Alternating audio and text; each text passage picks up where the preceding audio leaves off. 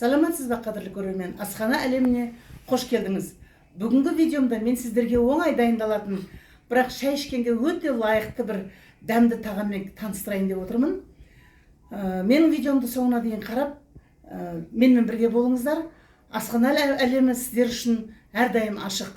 Бүгін мен сіздерге бір оңай дайындалатын, әркімнің үйінен табылатын заттардан пісетін дәмді тағаммен таныстырайын деп отырмын. Әрбір үйде істеуге болатын сондай бір оп-оңай бәліш десек болады. Үйіңізде бар тағамдардан кез келген қолыңыздағы бар құрамнан пісіре саласыз. Өте оңай.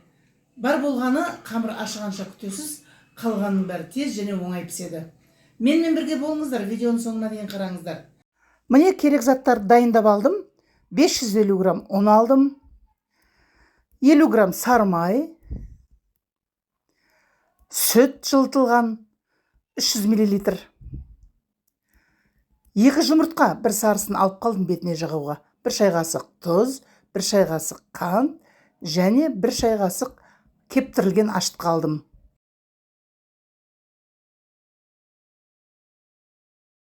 Кеңдеу ыдысымды ортаға қойып аламын да, алдымен жылы сүтімді құямын.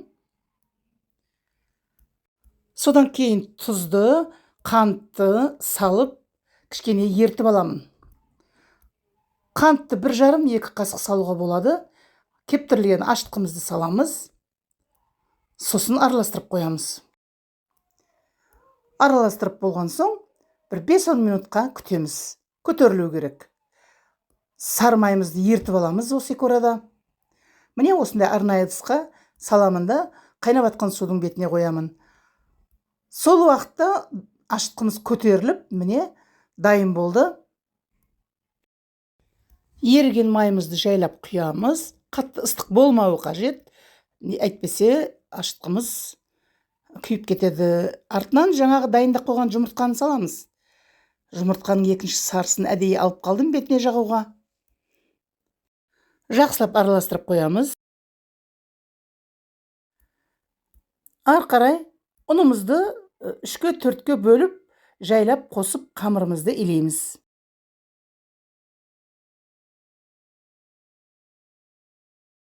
Алғашқыда осы венчик инструментінің көмегімен араластырып алам.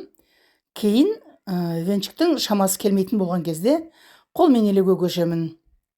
Бұл өте ыңғайлы аспап. Ас үйде көп қыз-келіншектер қолданатын. Осындай май қосылған қамыр илеген кезде өте асықпай, баяу, баппен қамырды илеген жөн. Сол уақытта ол қамырыңыз ойдағыдай шығады. Июін қандырып, жақсылап асықпай илеу керек.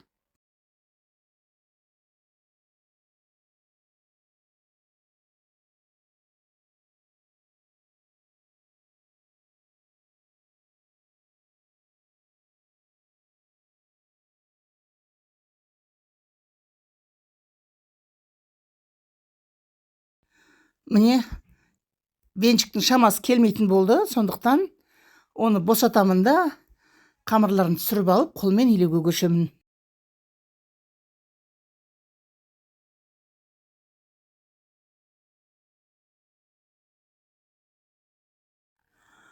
Қамырды біраз столдың бетіне салып, жақсылап июін қандырып илеп алам.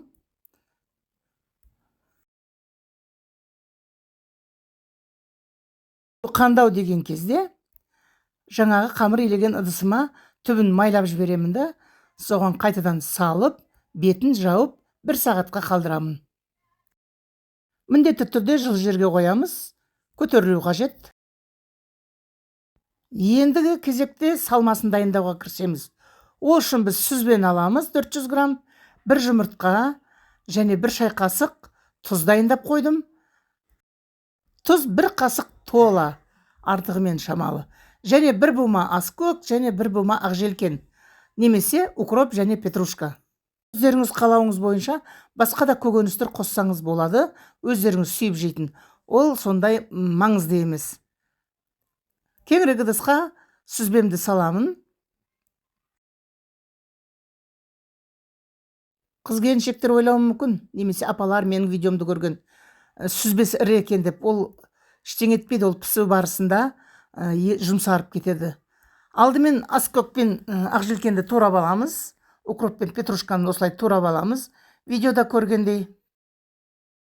Осындай ағзамызға пайдалы асты жеп тұру үшін осы бүгінгі менің көрсетіп атқан видеомды жақсылап қарап, осындай ас пісіріп жеп тұрсаңыздар болады.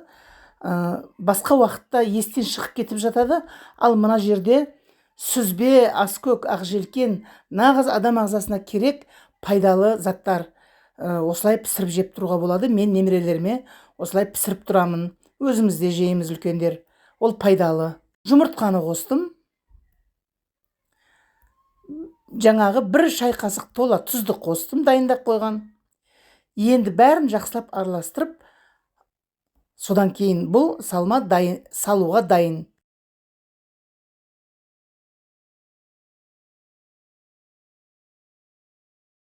Бір сағат өткеннен кейін қамырымызды дайын болды.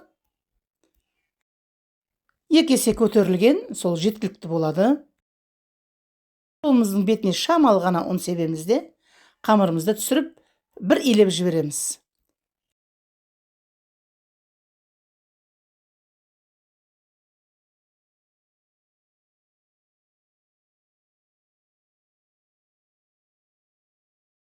Илеп болғаннан кейін осылай домалақтап аламыз да 8 бөлікке бөлеміз.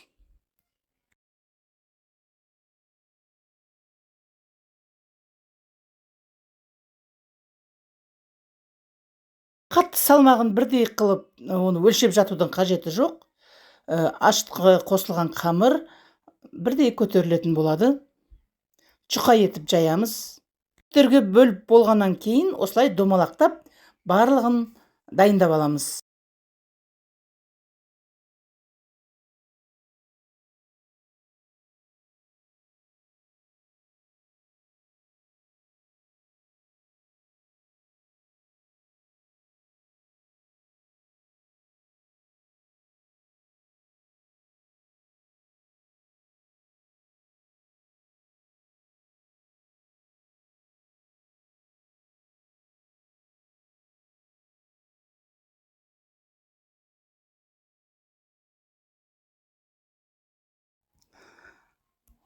Дайын болған қамырларды осындай бір ыдысқа салып, бетін жауып, 5-10 минут көтерілгенге жылы жерге қоя тұрамыз.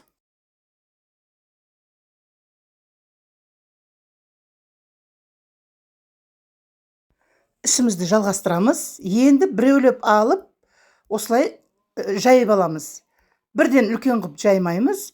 Бір 10-15 сантиметр диаметрде болатындай етіп, түгел 8 бөлікті де жайып аламыз.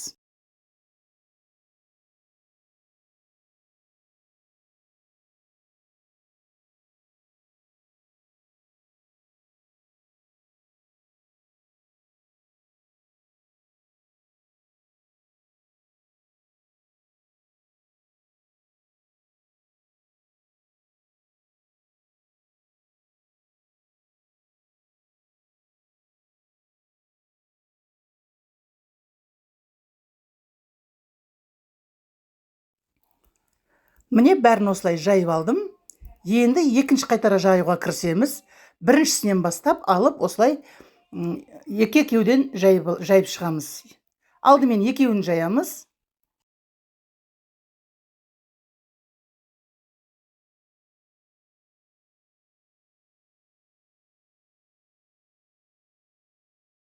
Екіншісінде тура осылай 20-25 диаметрде болатындай етіп жайып аламыз.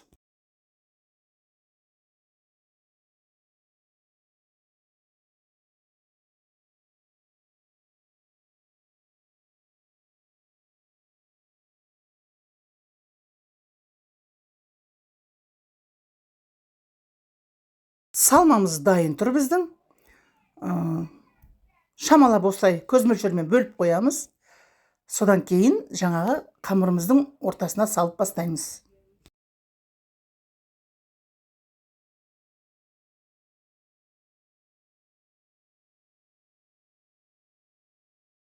Қасықтың көмегімен осылай әдемілеп жайып шығамыз. Шет-шетін осылай кішкене қолымызды сулап, су жағып жібереміз. Жабысуы жақсы болсын деп.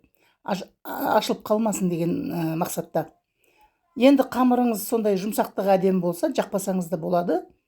Содан кейін осылай қолымызбен әдемілеп басып жабыстырып шығамыз, айналдыра.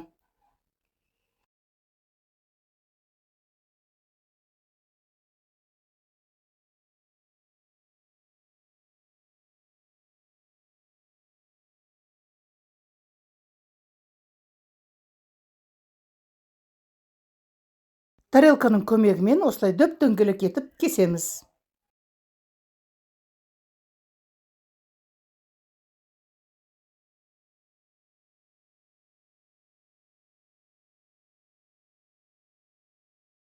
Шетіндегі қамырда кесілген керек болады.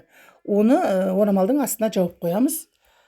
Жаңағы тағамымыздың ортасын, шелпектің ортасын деп айтайын, кішкене тесік жасап қоямыз. Мынау енді екіншісінде тура солай жайып, салмасын салып, жабыстырып, және тарелканың көмегімен дөп-дөңгелек етіп кесетін боламын. Міндетті түрде ортасынан тесік қалдырамын пышақпен кесіп.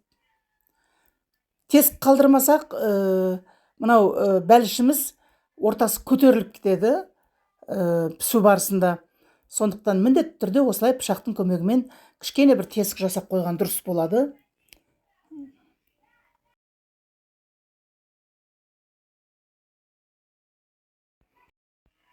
Бәліш пісіретін табамыздың табанын майлап, осылай бәліштерімізді біртіндеп табамызға жайғастыра береміз.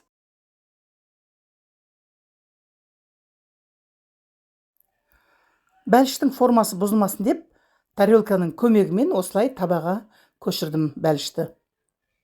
Жұқа болғандықтан ол қатты өзінің формасын ұстай алмайды. Екіншісінде солай жайғастырдым табаға. Мен 3 дөңгелек бәліш жасадым. Менің табама бірден симайтын болғасын, қалғандарын жартылай шеңбер сияқты етіп дайындадым бәліштерімді. Табама сыйымдылығын ойладым, ұзақ уақытым кетпесін деп. Сондықтан қалған екі дөңгелек қамырымды осылай жайып алдым да, жарты чебурекиге ұқсатып, үлкенірек қып жайып, салмасын салып, осылай түйіп алдым. Мұның да ортасынан тесік қалдырамыз, ол міндетті. Ал енді қалған қамырдың айналасынан кесілген қамырлардың бәрін біріктіріп, одан да осындай бір жарты шеңбер бәліш жасадым.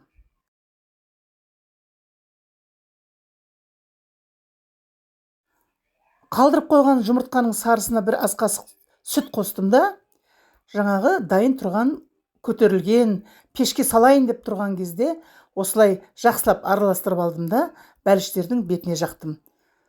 Міне табада осылай 3 толық шеңбер және 3 жартылай шеңбер түрінде 6 бәліш дайындадым.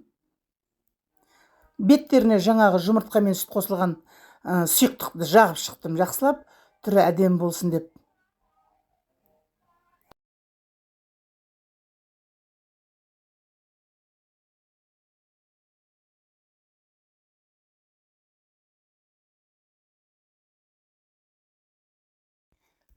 Пешке салуға дайын. 20 минуттан кейін осындай бәліштер дайын болды. Аромат иісі үйді жайлап кетті.